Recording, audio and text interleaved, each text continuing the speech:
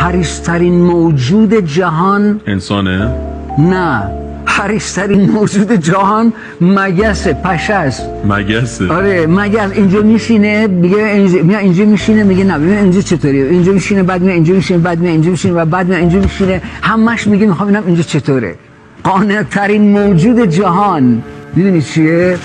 قانع ترین موجود جهان عنکبوته. میره یه گوشه تار میزنه، همونجا میمونه بلکه کسی از راه برسه یا نرسه، همونجا میشینه، همونجا که تار میزنه میسته.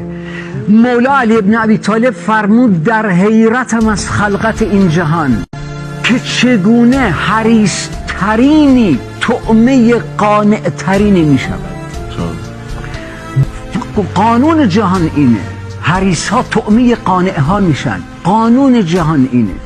در نهایت خیلی برای من جالبه، به مولا علی ابن ابی طالب گفتن که یا علی تو خلیفه مسلمین، همه جهان زیر سلطه و سیطره امر توه، خانه به این کوچکی؟ فرمود هذا لمن یموت کثیر، این برای کسی که میمیره خیلی بزرگه.